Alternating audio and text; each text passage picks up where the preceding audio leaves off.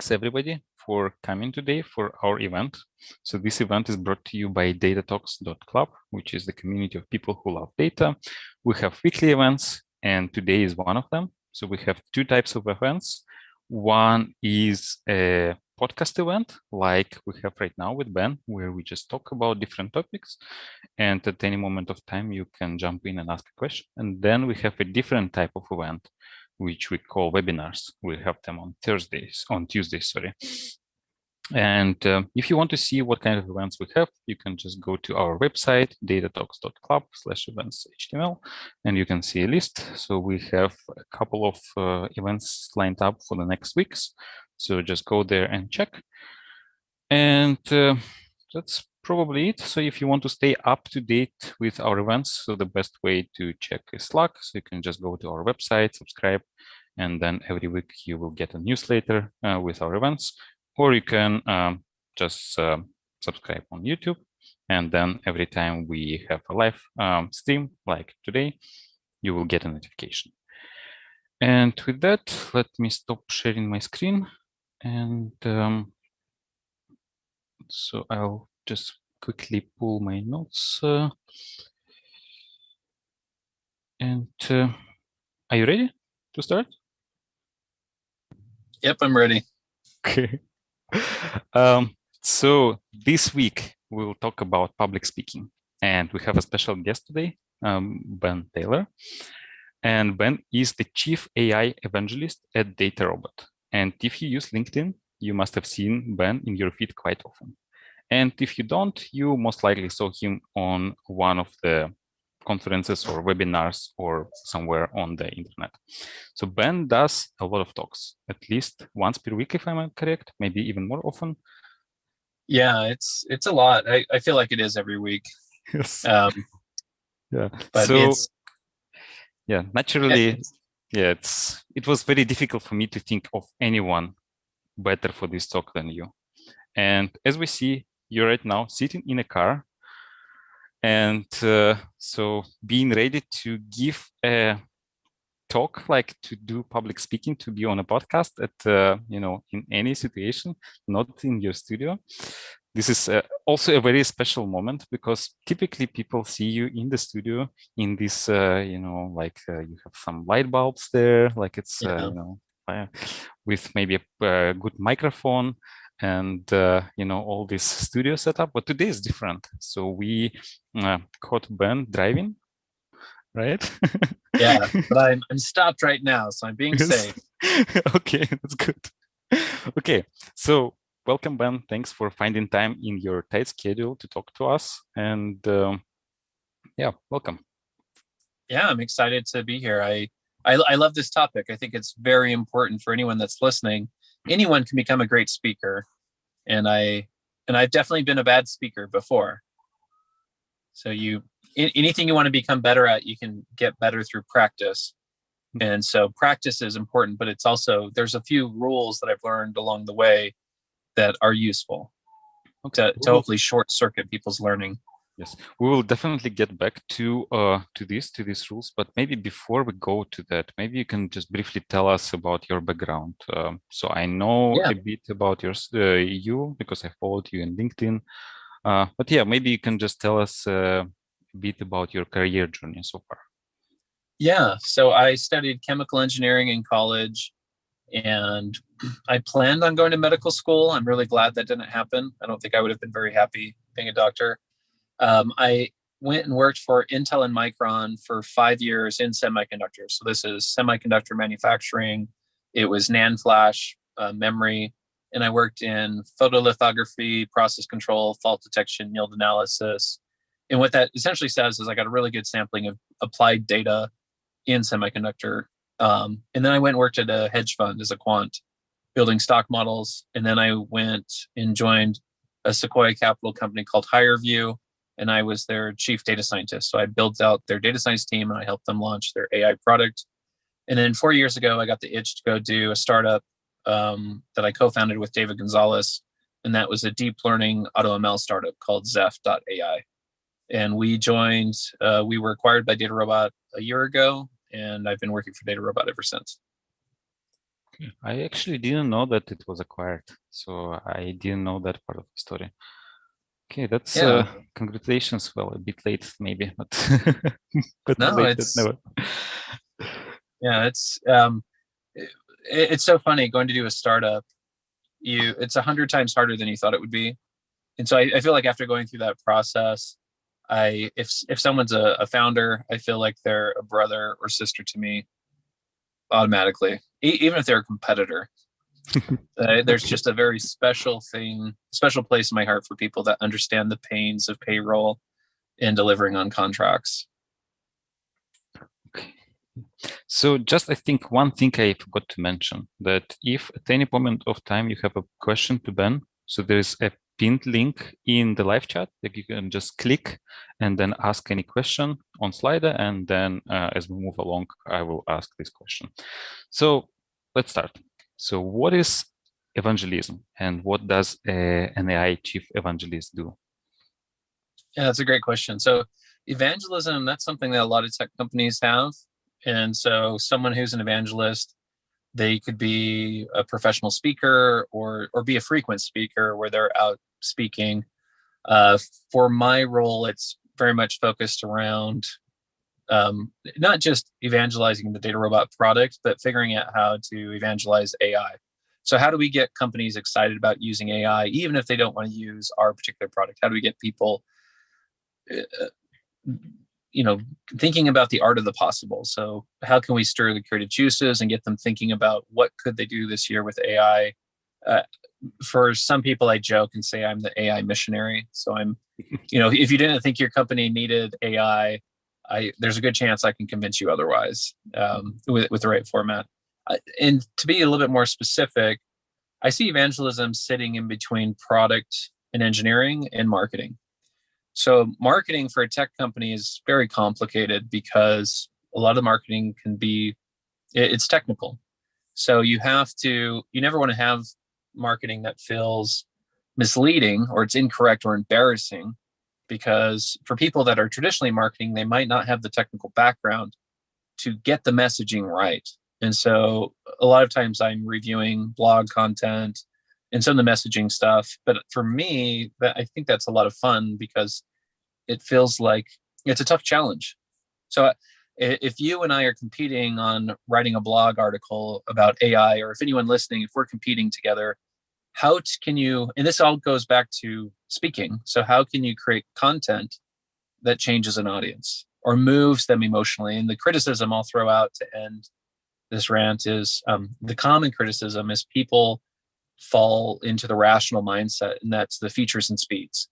So I want you to like my product because it has one more feature than the competition, or I want you to buy my hardware because it's a little faster than NVIDIA or Intel.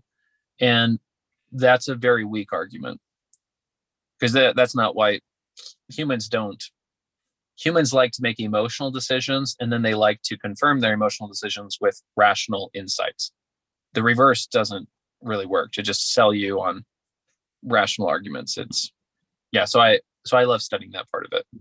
So this is like your role is to speak in public, then like promote AI, promote your company as well.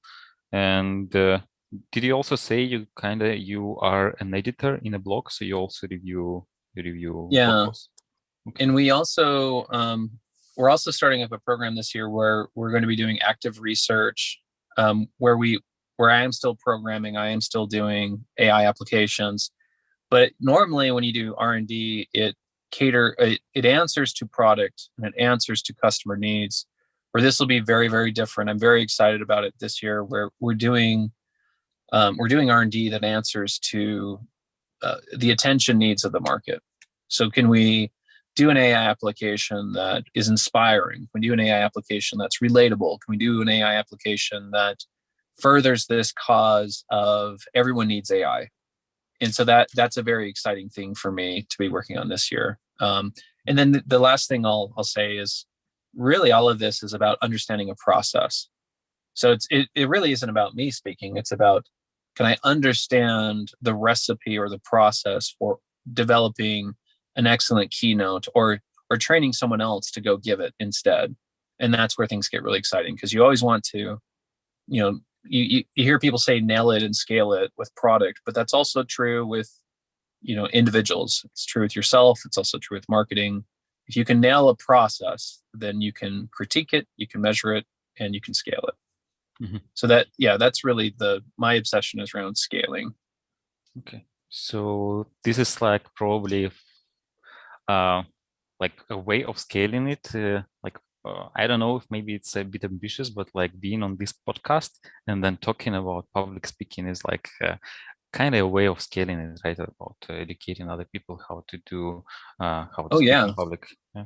Yeah. So for anyone listening, if they can go give a better talk about AI that motivates an audience and changes them, that honestly helps me. So. Okay.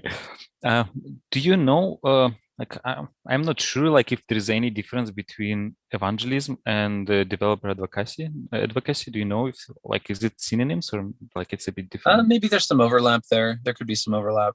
Mm-hmm. Some of these titles are a little funny because what do you actually do? So I think you could look at different companies that have evangelism roles, and what they actually do could be very different between the two of them. So it's like data science, right? So like you don't really know what a company means by data science until you actually see like the job description and talk to them and figure out what they actually need. Yeah, exactly. I do like thinking of evangelism as fitting in between marketing and engineering, because they have to know both worlds. They have to understand, and actually for me, I really like being stuck in the middle. And so at HireVue, I was stuck in the middle between the data science team and the IO psychologists. So the IO psychologists, they're the ones that develop hiring assessments. You're going to go fill out this assessment to go work at a bank or something, and they want to flesh out your personality traits and map that to potential performance in the future. And so I love being in the middle, because when you're in the middle and you can understand both sides, you suddenly have a very useful perspective. So if you're just in marketing, you're not going to appreciate engineering, and you're not going to even understand how to communicate it. And if you're just in engineering, you're going to fall prey to the rational mindset and a lot of factoids that don't matter emotionally. They don't move the needle. And so by living in the middle, so maybe if that's a theme for me, I just want to spend my whole career living in the middle of whatever that is, like whatever the next thing is. I just want to be right in the middle, because you get a very unique point of view. So, yeah, well, now you give one talk a week, right? Even more often, maybe. But like I imagine that it wasn't the case for you all the time, right? Do you remember your first experience speaking in public? Yeah, so I think it actually started when I was at Intel and Micron. So I remember I was so excited. So if you want to go back in time and find the worst talks that Ben Taylor has ever given on planet Earth, they were inside Intel and Micron. So I remember I was so obsessed. So I had a math minor. At one point in my life, I thought I wanted to be a mathematician. And I was so obsessed about some of this math regarding controllers. So this math is pretty intense, like it's state space, linear algebra. And I remember giving a talk about some breakthrough on a certain type of controller for like state tracking. And the math was intense. So like imagine me like sitting you down to walk you through an hour of math. Like you and I are technical, but even today you'd be like, I'll pass. No, thank you. And I remember giving that talk, and I think I wrote the whole talk in, is it Beamer or LaTeX? Like it was just awful. Like you should never give a presentation in Beamer. And so I'm giving this talk, and I remember looking over, and there's a senior engineer at the end of the table, and these rooms are dark. We have the lights off, and he's asleep with his head cocked back and his mouth is wide open, just sleeping during my talk. And at the time, I think I took offense. I just thought like, oh my gosh, like I can't believe this individual is missing out on this good content I'm sharing. But today I would say I gave a terrible talk. I didn't understand my audience, and it was awful. Where today I care a lot about the audience feedback, because it's a point of reference. Did you give a good talk? Could you have given a better talk? You need to consult with the audience after the talk to kind of find out And you're not going to make everyone happy. Like you're always going to have some people that doesn't matter how good of a speaker you are, you're always going to have some people that didn't like the talk or they've got some criticism. And then the challenge that I fall into is I've been criticized for giving talks that are too technical. And I've been criticized for giving talks that weren't technical enough. And I've had those criticisms on the same talk. So that's an example of like, well, you're not going to make everyone happy, but but there's always room for improvement. And yeah, so I've learned a lot since then. That was 7 years ago, 8 years ago, making an engineer fall asleep. Okay. And I gave plenty of terrible talks since then, but my terrible talks are becoming less frequent now. Okay. And yeah.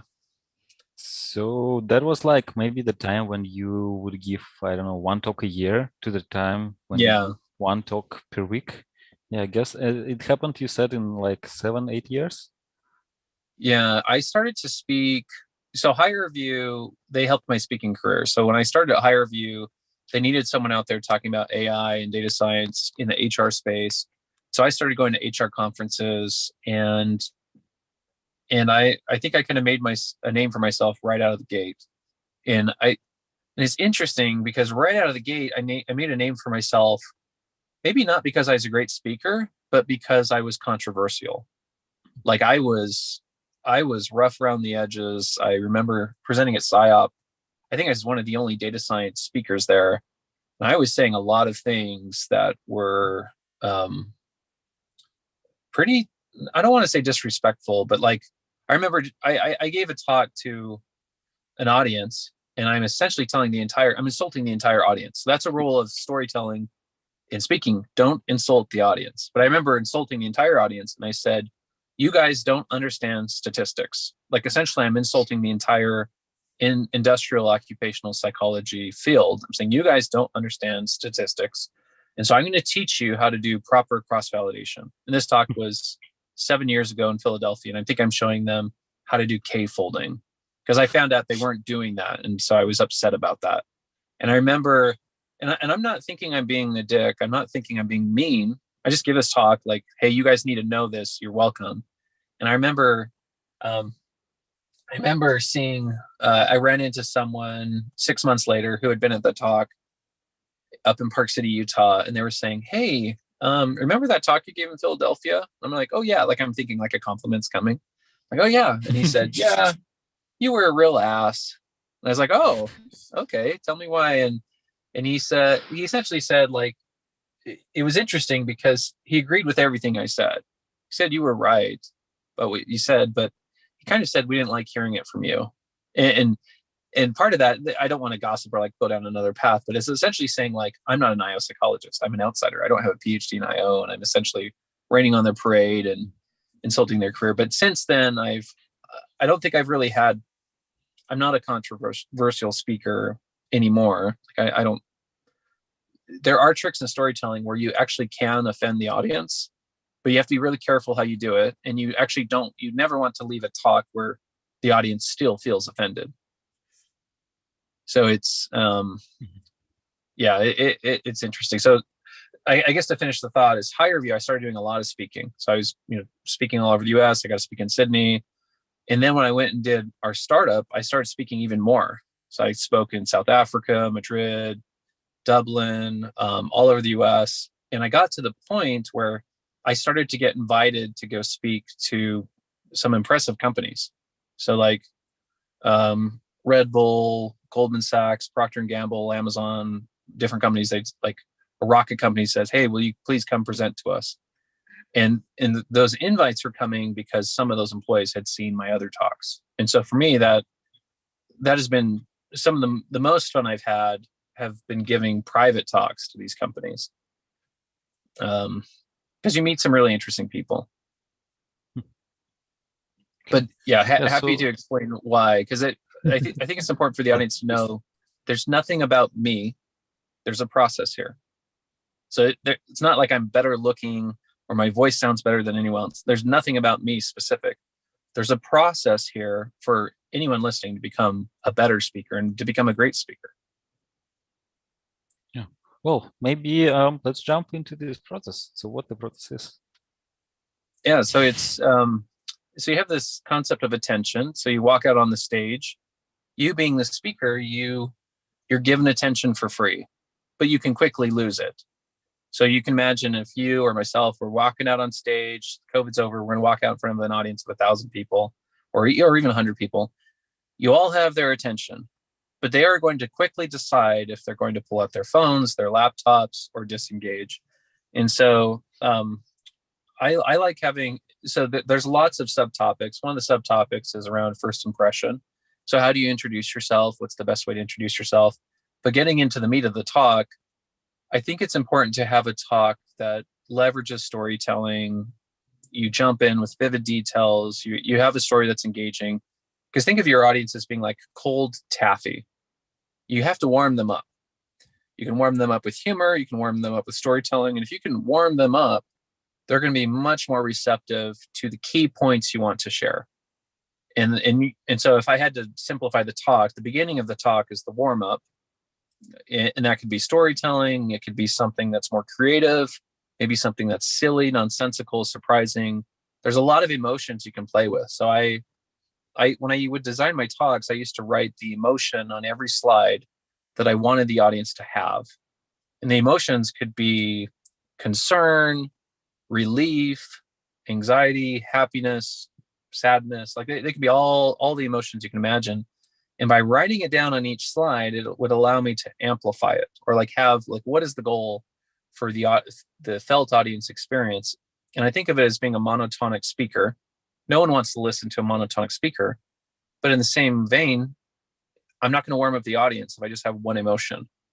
So if I kind of have this whipsaw and warm them up, and humor can be a very powerful tool for that, then it's also really important to have key takeaways. Because if I just have a talk that is storytelling, warming them up, then at the end you might say, well, what was the point of this talk? And that'd be a fair criticism. What is the point of this talk? Like, is this a storytelling festival? Like, it's supposed to be a tech conference. So like, you need both. And I think it's really important to decide what is the gift that you will give to the audience. And that probably sounds arrogant to say, because it's not. Like, what I'm trying to say is you need to give the audience something for free, some learned insight, some key point. If they never see you again, they need to be able to leave and say, thank you. Thank you. That's useful for me. And so you need to identify what that is. So identify the warm up, identify what the key takeaways are that they can have. And it's hard because there can't be a lot of them. I can't have 10 key takeaways. Like, people don't remember. Because the other thing for a talk is they need to remember it. If I give a talk and everyone says, oh, that was a great talk, and then they wake up the next morning, oh, I forgot what the talk was about. It wasn't a great talk. That was a terrible talk. So decide what the key takeaways are. There's other tricks you can have in the talk where you can have a call to action. You can have something at the end where you try to engage people to go to a certain place, go watch something, or reach out to you specifically for further questions. So sometimes people forget the call to action. So you mentioned warm up. Then when you get to the meat of the presentation, you need to use storytelling and then think which kind of emotions you want to appeal to, right? And then you really need to think of the key takeaway messages, and it should be very few of them, 1, 2, 3, right? Yeah. And then at the end, there is call to action. What do you want the audience to do, right? What you want them to do after this talk, right? And this is like the main elements of a talk, right? Yep.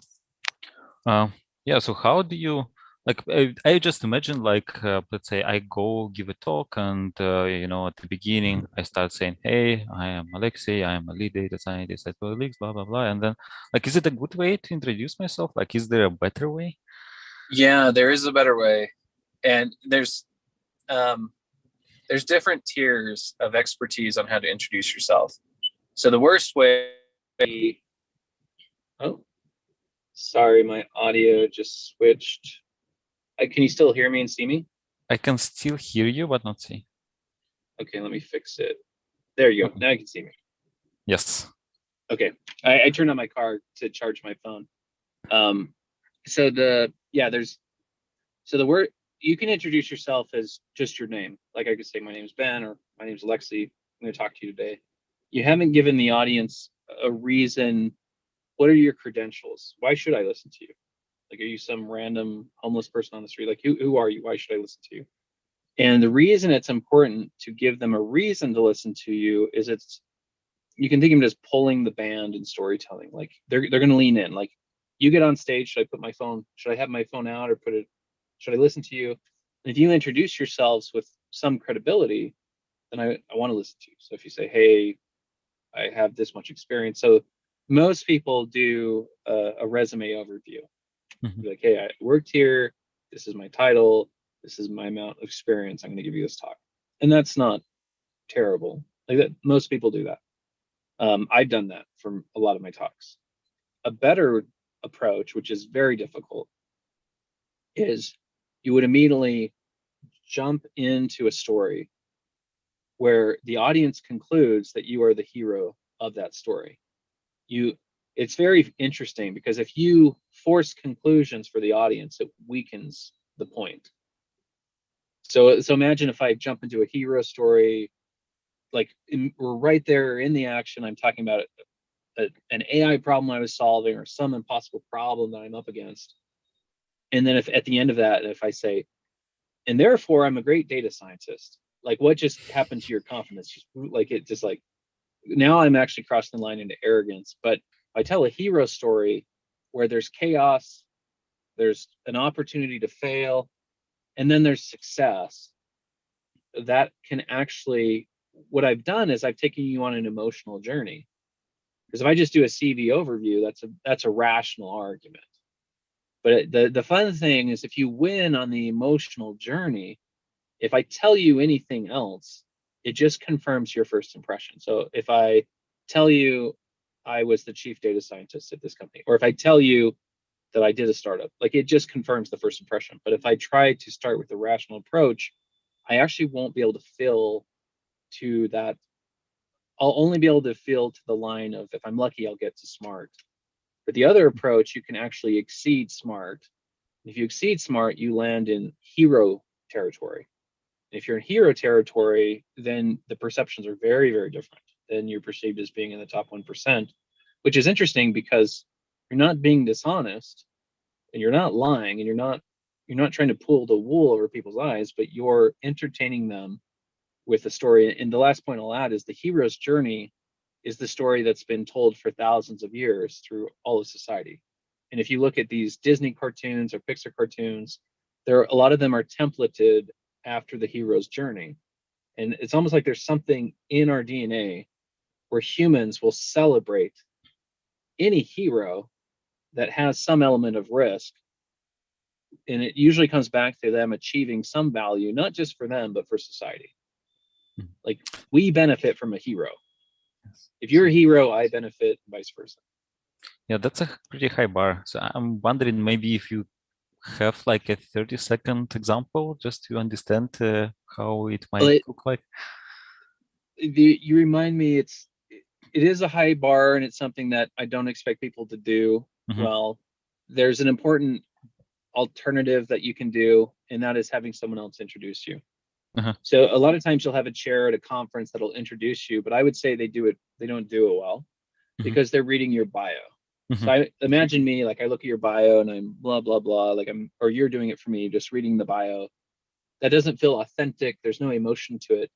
But if I read your bio through the storytelling lens, and I say, I am so excited about the next speaker. And then we've probably like heard this before at a conference, but it really isn't something that should be laughed at. Like if I say, I am so excited about this next speaker, Alexi, he is one of the best, go down the list. It changes everything because I could actually get you into hero territory just with my introduction of you. But if you introduce yourself, or if I introduce myself, we can't get that high. So to go back to your question, to tell the hero's journey, I might pick an AI project in the last 6 months or 12 months where I've nearly failed.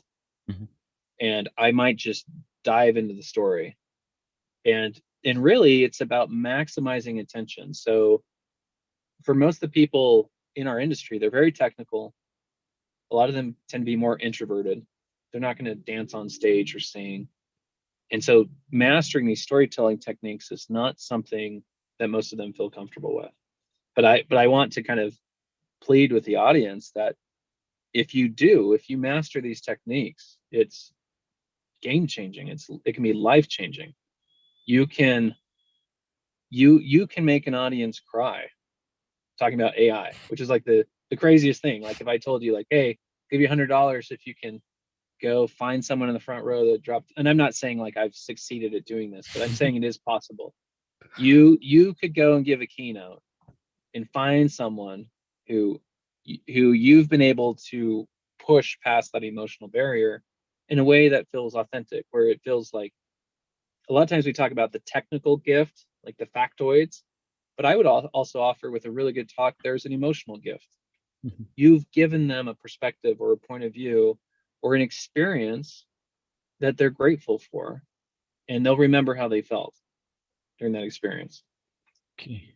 Yeah, well, this sounds almost impossible for somebody like me who is like a technical person. So I'm a data scientist. I'm used to, just using facts, and then Yeah. like I think, okay, I am a data person, and I like data, so I will just show a lot of data to others, and they will like this data, and they will get convinced.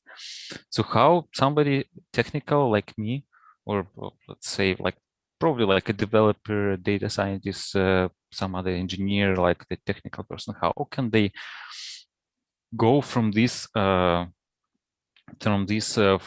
fact-based presentation to something like to story-based? Like how do we craft this story?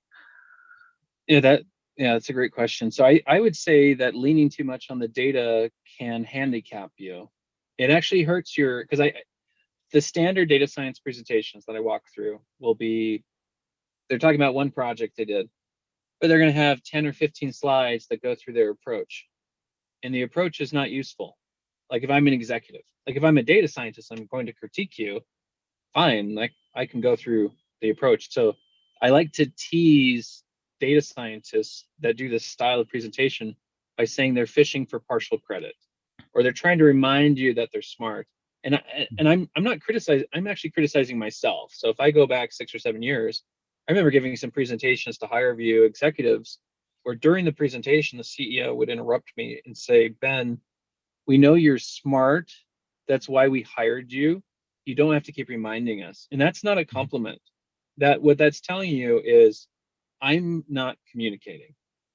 Executives, they've got so much bandwidth, I'm not communicating. So sometimes going through the data can actually hurt your ability to communicate. Like you still want to have some data and rational conclusion. So I think for people listening, storytelling is not just about giving a presentation. Storytelling can be used at a strategic dinner. You're with potential customers, with prospects. You're at a conference networking with people. Your ability to tell stories can impact you on the personal level. It can impact you as a speaker. It's a very important skill set. And so I've become a fan of, for people listening that are parents, so you're a parent, I'm a parent, our kids want us to read stories at night. Mm. And you can read stories at night, but I would encourage you to tell stories at night. So you and I, like we've been on this earth for a while. We've made some mistakes. We've been dumb kids before. And so I noticed that me telling my kids stories at night, they love my stories way more than they love reading a book. Like some book about a hen or some chicken or something that does something. And so one of the things I'd encourage people to do is tell your kids stories at night about you or about things you've done, and try to practice some of these storytelling tricks and see if you can captivate their attention. So if you tell a story at night and if your kids are not asking you to tell another one, you've got work to do. Mhm. But if you begin to become a better storyteller where every night your kids are begging you for the second story or tell another story, please, you're making progress. And that might sound very silly, that you practicing telling your kids stories at night is going to make you a better speaker, but it's true. You will Mhm. be, if you, and you can also read books. There's stories that stick. There's the hero of 10,000 faces. There's that. One last point I'll point out. I love that this feels very childish. It feels like storytelling. Like hopefully people in data science are rolling their eyes. Like, I'm grown up. I don't have time for storytelling. But Pixar, how much money do they make with these movies? Like Pixar makes hundreds of millions of dollars with these movies. This isn't a guess. It's not a game. This is a science. When Pixar comes out with a new movie, they're going to invest hundreds of millions of dollars sometimes in this production. This movie better work. It better get that type of return. And so if you look at it that way, if you're a data scientist working for Pixar or Disney, these movies are going to make money and storytelling works. It's a science. It's not some shaman or some goofy person saying, get on stage and tell a story. There's real business attached to this, significant business. And it's an opportunity for anyone in tech to, to learn from it, leverage it, use it. Because in the end, you're trying to maximize attention of your audience. Because the saddest thing is, what if you get to your key point? We talk about 3 points you want to share with the audience. What if you get to your key point at the end to share, and half of them are on their phones? Half of them are checked out. Even the ones that think they're listening, they're not actually listening. They're like daydreaming. They're giving you like 30% of their focus. Then that's too bad. That's sad. Like you actually had a key insight to share, but the catalyst to transfer that was dull or dead. And you've probably listened. You go to a data conference. How many talks are forgettable? Like most of them. Most of them is like, and it's not an insult. It's just true. Most of them. Most of the talks are forgettable. How many of those people were smart? Most of them. Yes. Most of them are very smart. All of them. Like all of them. They're very smart. They're very accomplished. Unfortunately, most of the talks were forgettable. So the challenge for everyone listening is make sure your talk. So I think you mentioned impossible a few times, and I actually like that because I like having impossible goals. So when I go to give a talk, there's a lot of little talks that you just kind of have to give. You don't have a lot of prep to do. But for the big talks, the big keynotes, the most important talks that you're looking forward to, my goal with those talks is when I give the talk, I want it to be the best talk I've ever given in my life. And that's not always possible. That's an impossible goal. But sometimes it happens. I also want the talk to be remembered for 5 years. And what I mean by that is if you attend the talk, if I never see you again, but if I run into you somewhere traveling 5 years later, you can say, I remember your talk at that conference. And then the third part would be, if there is audience feedback, I want to be the #1 speaker for the entire conference. From audience feedback, not from speaker feedback, not from conference organizers feedback, from the audience feedback. I want to be the #1 best speaker. And those 3, I've accomplished all 3 of them individually at different times. Like I've had conferences where I've been the best speaker. I've had talks where people have remembered it for 5 years or longer. But to have the goal to accomplish all of them, and I've had talks that have been, I've obviously had one talk somewhere that was my best talk ever for someone. But like for me, I mean, for I have a best Ben Taylor talk. I don't know what that talk is. But to have that as a goal as you're getting ready to go into these keynotes, it's an impossible goal, but I think it's a goal that everyone can have. You're going to go give an important talk in the next 6 months. But for people starting out, that could just be a local meetup. They've never given a talk before. You're going to present at a local meetup. So obsess about it. Try to make this the best talk you've ever given. Try to make sure you can do something so this talk will be remembered for 5 years. If there is audience feedback and there's other speakers competing against you, try to be the best talk. And if you're, and I'm not the best talk all the time, so you can learn. Like I'm sure I've been the worst, like bottom tier on some conferences. You can learn from it.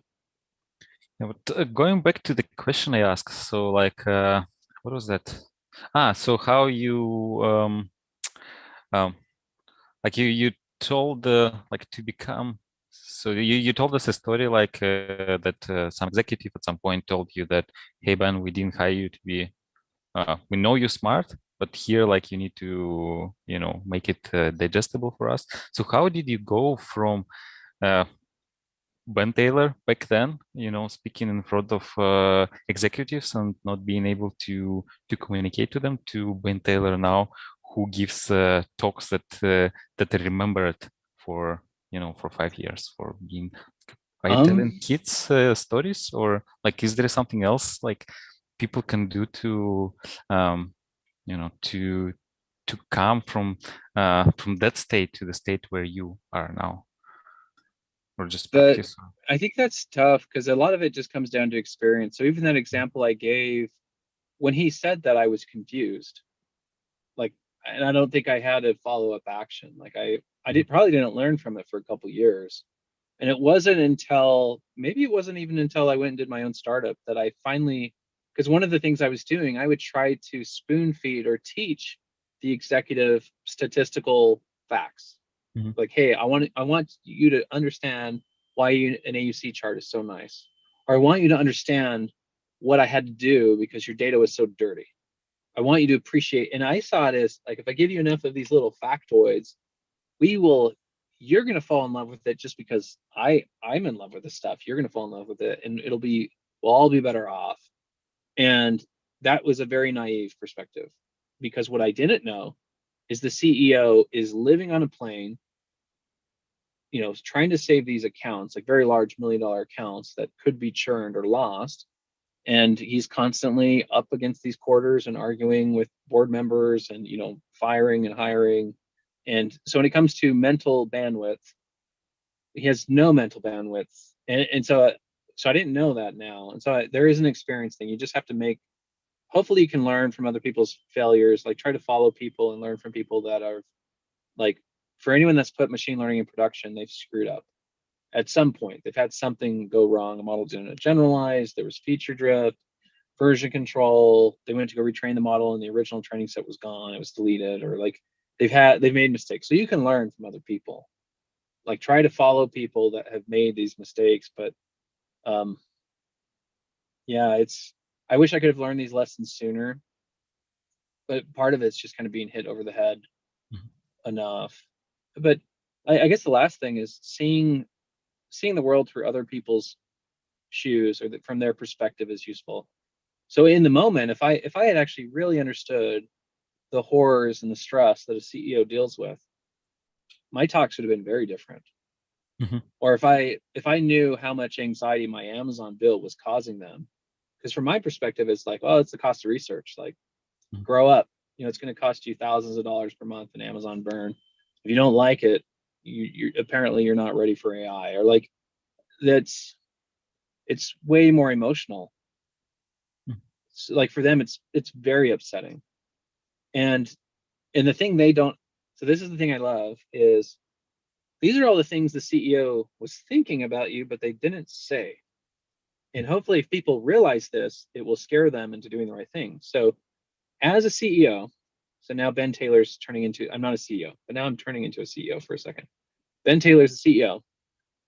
You sit down and you're going to present for 30 minutes or an hour. Let's say you schedule an hour with me. The more you make me understand the data and the steps you took to get to success, the more I want to fire you. And Why? because I'm confused, you're wasting my time. I don't get the point of this. What's the recommendation? And if we could have a 30-minute meeting where you say, these are the final results, this is the team that did it, these are potential concerns, these are potential pros, this is my recommendation to you. Because a lot of times at the data science team, we show them all of this work, they're trying to understand it, they're confused by it, and we see it as validation that we're smart, validation that we're working hard for them. But then at the end, a decision has to be made. Is this model ready to go in production? What are next steps? And a lot of times we rely on the CEO to make that decision, but they hired you to make that decision. Mm-hmm. Like it's better for you to give a recommendation and for them to disagree with it, Mm-hmm. or for them to challenge it. Be like, imagine like me saying, I recommend that this model is ready to go in production and we should sell it, or like we should sell it to the customer. Now there's an opportunity to say, I don't trust you. Great, let's talk about it. So like, that's the saddest part, is that meeting we just talked about, 60 minutes was wasted going through data.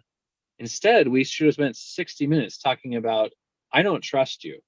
Oh, you don't? Why? Let's talk about it. Why don't you trust me? How do I know there's like, that's a much more productive conversation, because the first scenario, CEO is confused, no real actions came out of the meeting. They're wondering when you're going to be productive. They're wondering if they should fire you. They're wondering if they made a mistake. They don't know if this is a good idea. They know they need to invest in AI because they're supposed to. There's just a lot of terrible things they think after that other meeting. This meeting is radical candor, right to the point, your recommendation, no confusion, no jargon. Like, yeah, you can.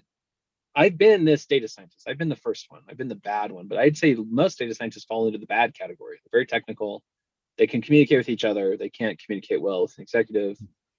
Where now in my career, I love talking to executives because they're so focused on value, they're focused on growth, and you can talk to an executive and not use a single word of data science jargon. And yeah, so it's, how do you learn it? You just go through the meat grinder. Okay. So I've heard about this pyramid principle, like when you start from the, from the final, from the recommendation, and if need be, you kind of go down deeper in the technical implementation and whatnot. But you start with the yes, results, and then if needed, you go down. you should have an appendix. Mm-hmm. So if a CEO says, "Did you guys try anything else?" You say, "Yes, absolutely." Jump to the Mm-hmm. appendix. The thing that is very top of mind for me now is this idea of time efficiency. Like, if I could scream at the top of my lungs, time efficiency. So for an executive, time efficiency is everything. Get to the point, tell them what they need to know. Do they like, because the thing I'm realizing now, like, if you are having a conversation and if the CEO of the company is not mission critical, like we're talking minutes, like within minutes, if they're not critical for this conversation, they should leave the meeting. That's true. And I know Elon does this. Like, he'll just, if he realizes he's not needed for this meeting, he just leaves. And he does that all the time. And like, and I think most CEOs should do that. Most CEOs should be rude. And I don't, let me rephrase that. So most CEOs shouldn't be worried about your feelings. They should do what's prudent. They should do what's useful. They should make the best use of their time. And even if you're a very senior person in the company, if I'm the CEO and if I walk into the meeting and within a few minutes I realize that you don't need me or this is not productive, I might be kind enough to say, be like, "Hey, I don't get the sense I'm needed. I'm going to leave this meeting." Mm-hmm. Which is really like, "Hey, you screwed up. You have an opportunity to save it, or tell me why I should be here. And if you don't have a good argument, then I'm leaving." Most CEOs should act like that because their time is so valuable. Mm-hmm. Yeah, so we talked a bit about talking to executives. How about giving talks at the conference? So you said you should, of course, aim high, like set the bar high. Give big talks. Try to be remembered for 5 years. And yeah, so I have a few questions here. So first, how do you get to a conference? So to get to a conference, you need to send a talk proposal, right? So how do you structure this talk proposal? How do you write it in a way that you get to the conference, you get to speak? Because sometimes the committee rejects your talk proposal, right? So it can happen that on some conferences it's hard to speak, right? So you need to write a good proposal. So do you have any suggestions, like how should I approach that? Like how should I write my talk proposal? Yeah, that's a great question.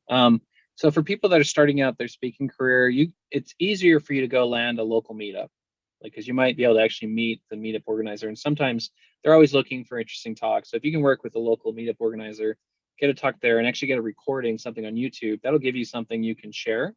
So then you have a talk of yourself, and you can even imagine a scenario where you could give a talk to no one.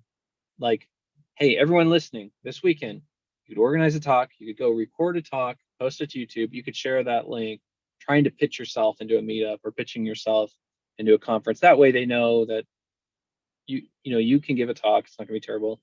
I do like to understand the conference organizers' priorities.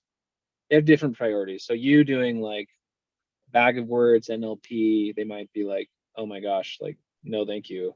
Like we've already had that before. But if you doing a talk around reinforced learning or BERT or like something, so definitely understand the conference organizers' needs. Sometimes I'll tease out a few topics. I might give them 2 or 3 topics. it's also important to understand who the conference organizers are, because they're really the decision makers. The conference is their baby. The conference has to be good. And conferences really, it's almost like your resume. So we have a work resume. I worked at this company. I did these projects. In a way, you have a speaker resume that I went to this Mm-hmm. conference. Here's the talk.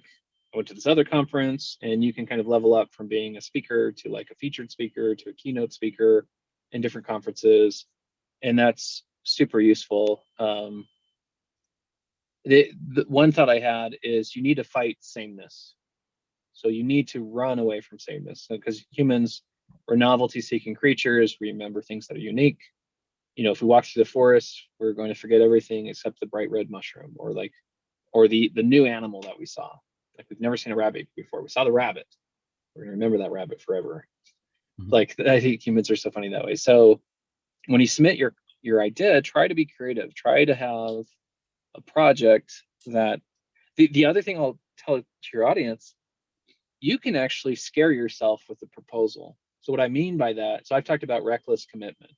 So imagine if you're a conference organizer, and I'm saying, I'm going to give a talk on this, and this is some ambitious topic. This is something that I'm not qualified to give a talk on.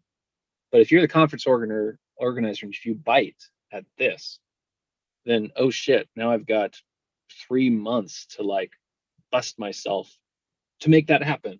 And so that's something I would encourage people to do. Is the joke is, if you land yourself on the schedule to give a talk on any topic that's months away, you will be an expert by the time that talk comes. You might cry at night, you might lose sleep over it, you might read a lot of books, but by the time you give that talk, because I think there's also this concept of imposter syndrome, and I think that can shut people down. Where it's funny, because I remember giving a few talks. I gave a talk in San Francisco once, and there's someone on the front row that was asking some question about like different norms on my cost function or something. And I think sometimes as a speaker that can shut you down, where you're like, is it? So I like telling, for people listening, I like just saying, guaranteed there's someone in the audience smarter than you. So don't try to be the smartest person in the room, because that can backfire. So during Q&A, if someone asks you a question, if you don't know the answer, and if you think the question is kind of embarrassing, the temptation is to try to answer it. But that's really bad. Don't try to answer a question you don't know the answer to. So if I ask you a technical question, there's a good chance that the technical question is so technical you don't know the answer. It's actually not a lot of value to the audience. It's literally me. Sometimes you get people in an audience where I want to prove that I'm the smartest person in the room. You gave the talk. I'm on the front row and I raise my hand. I'm asking you a very technical question. You don't know the answer to it. It's not a valuable question. No one in the audience cares about this question. It's just me being a jerk, because I was invited to speak, but I want people to know I'm important. And so that's something that's interesting to get over, is you're never going to be the smartest person in the room. So just give up. And if you ask a smart question, if I don't know the answer to it, I can say, oh, does anyone else in the audience know the answer? Or, oh, let's talk about this after. I'd love to hear your perspective. Mm-hmm. And then go on to the next question where you actually can answer it. So yeah, start speaking, get past the parts where you feel intimidated. Everyone's going to be nervous Mm-hmm. at the beginning. Q&A can be terrifying, but not if you decide that there are smarter people in the audience, and you decide that you won't pretend to answer a question you can't, and it's okay. And I think you also mentioned that you shouldn't aim straight away to, I don't know, keynote at Strata or something like high profile. It's okay to start with local meetups, and then gradually build your portfolio, build your like speaker CV, and then this is how you get on the conferences, by speaking first on local meetups, and this is how you get on Strata, by first speaking on local conferences, right? And this is how you get on keynote by speaking at conferences. This is right? Yeah, that is right. And I'd also say nobody could probably land a keynote at these bigger conferences, because you need to have a track record. You need to have a personal brand, or maybe an employer. Like a lot of times for those keynotes, the keynote has to be a draw for the conference. And so the keynote might be a specific brand, an individual who's built up a name for themselves, or a company. They really want some director from this particular company, but you don't have to work at Google or Facebook or these bigger companies to land a keynote. You can land keynotes by working for a very small company if you've built up a reputation, because they want the talk to be good. If you've proven that you can be a good speaker, and if you're gaining momentum, then you can begin landing featured talks and keynotes. And yeah, so just asking to be a keynote speaker, the default answer will be no, until someone builds up their brand, until they get this track record, or until they have this role where they can do that. But you've probably seen keynote speakers too, where they're awful, they're bad.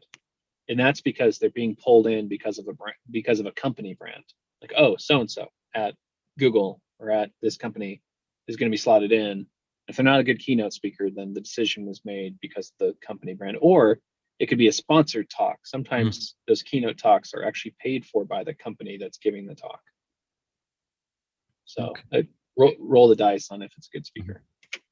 Do you have a bit more time? Because we kind of should be wrapping up, but we have questions from the audience. Maybe we can. Let me check my calendar. I think if I scroll up, my video I won't drop. Yeah, if you're okay, I'll just check my calendar. Yes.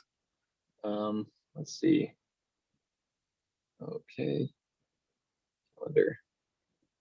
Oh, I'm actually free. So I'm free for 30 minutes. Well, we will not need that much, maybe 5 to 10 minutes. Okay. So should I start, or you need to first? Yeah. Okay. Yeah, there we go. Come back. So as a new data science professional, what topics and groups would be good to start with? I'm not a deep learning expert, but I understand business and data. This is something Eric is asking. So I feel like everything in life falls into a Levy distribution. So it's like the normal distribution with the long tail. So most of data science falls in this normal distribution of usefulness. So think of like Pandas data frames, Bayesian methods, building models like sklearn, data frames, just a Python foundation, Docker. It's all useful. All of this is great. On the long tail, you've got deep learning, reinforced learning, and these things that are very sexy. They're very exciting. So a lot of people getting into data science, they say, I want to have deep learning do video games. Or I want to do this. But a lot of the jobs and a lot of the value and the work to be done is not that. Like, you will find use cases, but they're quite rare. So I think to start out, the dream scenario is AI. A lot of times AI moves the wrong direction. It's AI looking for a problem to solve, and that's dangerous, because sometimes you find the wrong problem, where it's much more powerful if you have a problem that's being backed into the right tool set. So for people starting out, whether you're currently employed, try to find a business problem that's big, it's important, it matters. You know, if you can automate it or augment it or get some insight here, it'll impact the company, and then try to back into the appropriate solutions.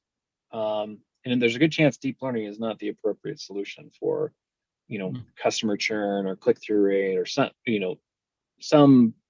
related to the business that matters. It could be something that's handled with just structured data, and you've got options for that are very easy. And one of the things I like to bring up is everything used to be hard. 10 years ago, everything was hard. Today, a lot of this stuff is very easy. So if you have a structured data set and you want to build something, this isn't a research project that should take months.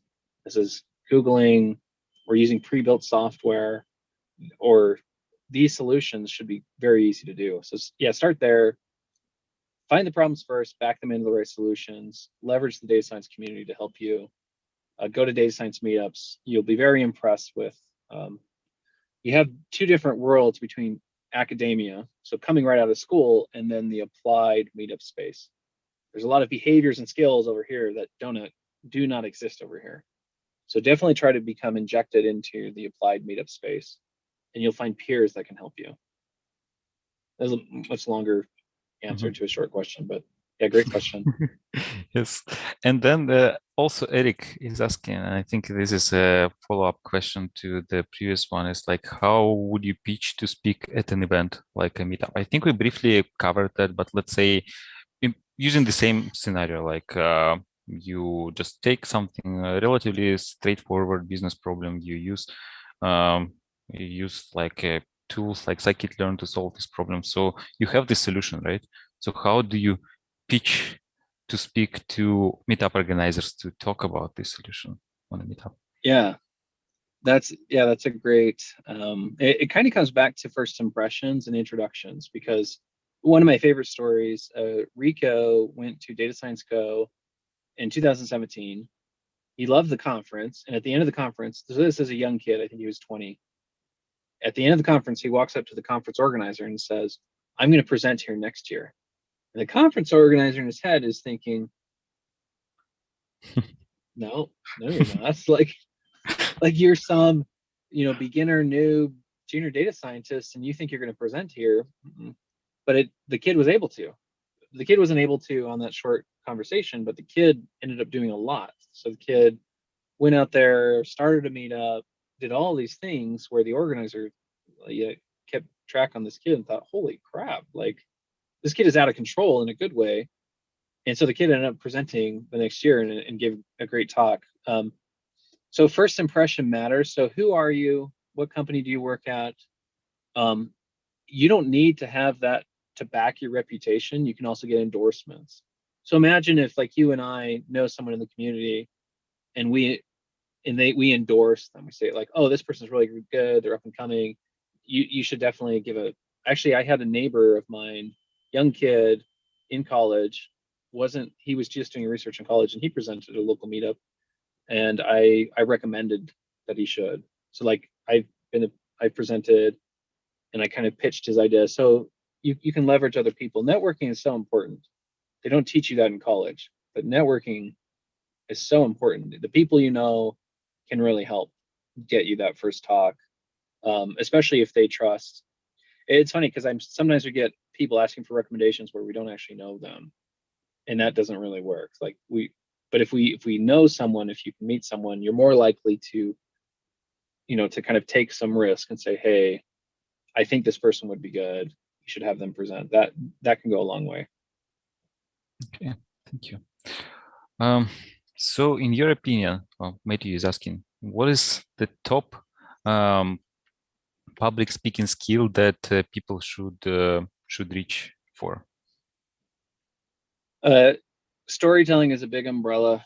So I hate to just say storytelling, but if you become the biggest thing they should reach for is storytelling. So and maybe to kind of slant that a different way, you should have a goal to maximize attention. And in data science, we're used to this. We're like, oh yeah, optimizers, convex problems, non-convex. Like we like optimizing. So treat this like a data science problem. You should maximize the attention of your audience, and not just one person. The average attention of the audience, you should maximize it. And so that's the number one skill you should have.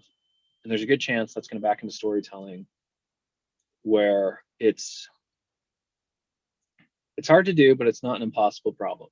It's a predictable problem. If you gave me 2 recorded talks, this person, and those talks are going to be streamed like they're live, I'm pretty sure I could tell you ahead of time which talk will do better. Like it's not, yeah. So maximize attention of your audience for the entire talk. Okay. Okay. Yeah, there is so much more we can talk about this, like how to do this. But yeah, let's do one more question again from Matthew.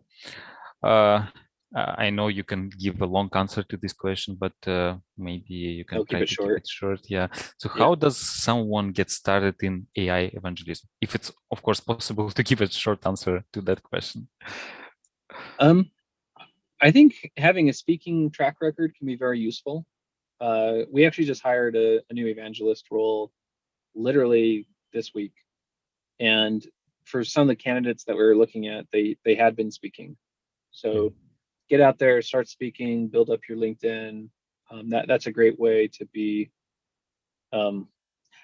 honestly, and I don't want to make this answer longer, but the other thing too is if someone could actually convince me that they're a good speaker, I'd be very interested in Mhm. hiring them.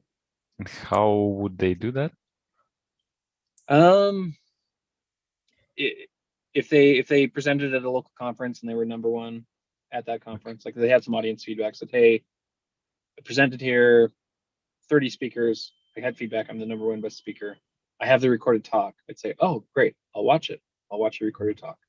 So like that could be an opportunity to kind of, um, yeah, I'm very interested in, but Mhm. speaking, that's the main way to kind of build up that speaking experience.